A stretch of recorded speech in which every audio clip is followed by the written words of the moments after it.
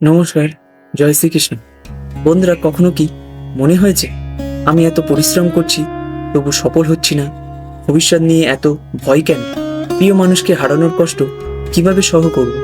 যদি আপনার মনেও এই প্রশ্নগুলো আসে, তাহলে আজকের ভিডিওটি আপনার জন্য। কারণ আজকে আমরা জানব শ্রীমদ্ ভগবদ গীতার 2য় অধ্যায় সংখ্যাযোগ, যে অধ্যায় আমাদের শেখায় কিভাবে ভয়কে জয় করতে হয়, কিভাবে ব্যর্থতার মধ্যেও এগিয়ে যেতে হয় এবং কিভাবে শান্ত ও সফল জীবন গড়ে তুলতে হয়। অর্জুন ভেঙে পড়া এবং কৃষ্ণের শিক্ষা। কুরুক্ষেত্রে যুদ্ধক্ষেত্রে অর্জুন সম্পূর্ণ ভেঙে পড়েছিলেন। হাতে অস্ত্র নেই, মনে সাহস নেই, চোখে জল। তিনি ভাবছেন, আমি কিভাবে নিজের আত্মীয়দের বিরুদ্ধে যুদ্ধ করব?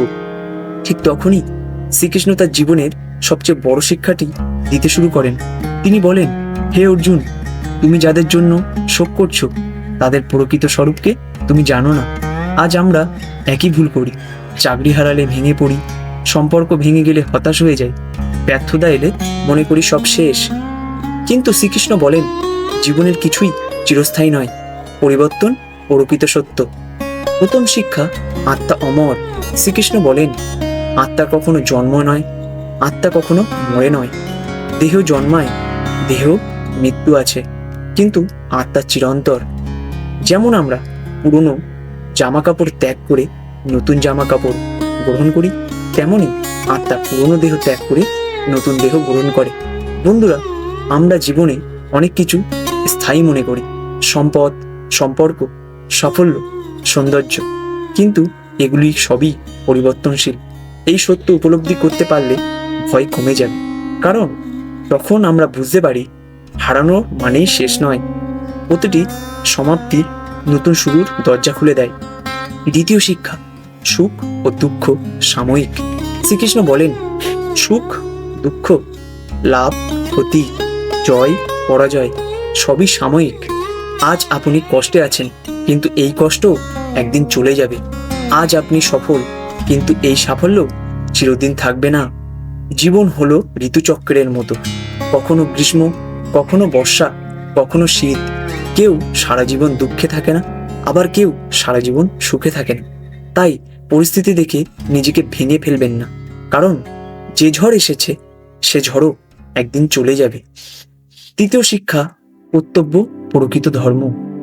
অর্জুন যুদ্ধ করতে চাইছিলেন না, কিন্তু শ্রীকৃষ্ণ তাকে স্মরণ করিয়ে দিয়েছিলেন, কর্তব্য পালন করাই তোমার ধর্ম। বন্ধুরা, আমাদেরও জীবনে অনেক কঠিন দায়িত্ব আসে। পড়াশোনা কঠিন, চাকরির চাপ আছে, ব্যবসা ক্ষতি হচ্ছে, পরিবারের দায়িত্ব আছে। অনেক সময় সবকিছু ছেড়ে পালাতে ইচ্ছা করে, কিন্তু গীতা শেখায় কঠিন কর্তব্য থেকে পালানো যায় না। সূর্য প্রতিদিন ওঠে, নদী প্রতিনিয়ত বয়ে চলে, তেমনি আমরাও আমাদের কর্তব্য পালন করে যাব। কারণ কর্তব্য থেকে পালানো শান্তি দেয় না, কর্তব্য পালন আত্মবিশ্বাস তৈরি করে। চতুর্থ শিক্ষা, ফলের চিন্তা নয়, কর্মে মনোযোগ।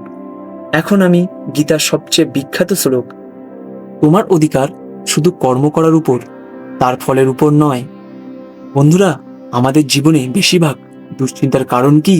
পরীক্ষা ফল নিয়ে চিন্তা, ইন্টারভিউ নিয়ে চিন্তা, ব্যবসা সফল হবে কিনা তা নিয়ে চিন্তা, মানুষ কি বলবে তা নিয়ে চিন্তা।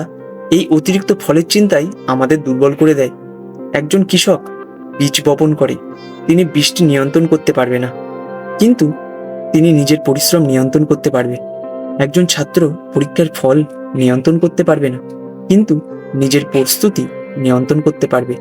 গীতায় বলেছে, তোমার কাজ হলো নিজের সর্বোচ্চ চেষ্টা করা, ফল ঈশ্বরের হাতে ছেড়ে দাও।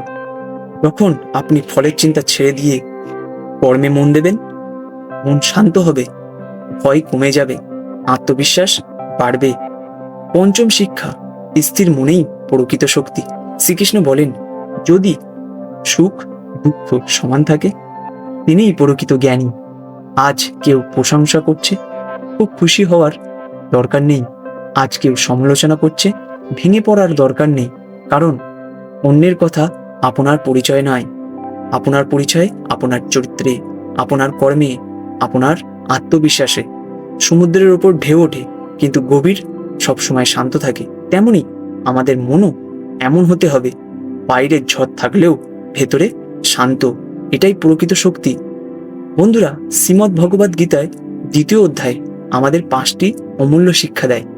আত্মা অমর, সুখ দুঃখ সাময়িক, কর্তব্য প্রকৃত ধর্ম, ফলের চিন্তা নয়, কর্মে মনোযোগ, স্থির মনই প্রকৃত শক্তি। আজ যদি আপনি কষ্টে থাকেন, ব্যর্থতার মুখোমুখি হন, ভবিষ্যৎ নিয়ে ভয় পান, তাহলে শ্রীকৃষ্ণের এই কথাগুলো মনে রাখুন। তুমি তোমার কর্ম করে যাও, ফল ঈশ্বরের হাতে ছেড়ে দাও। ভয় নয়, সাহস নিয়ে এগিয়ে চলো, কারণ আজকের সংগ্রামী আগামী দিনের শক্তি। আর যে মানুষ নিজের কর্তব্য পালন করে যায়, তাকে সফল হওয়া থেকে কেউ থামাতে পারে না। হরে কৃষ্ণ, জয় শ্রীকৃষ্ণ, রাধে রাধে। ভিডিওটি ভালো লাগলে লাইক শেয়ার সাবস্ক্রাইব করতে ভুলবেন না।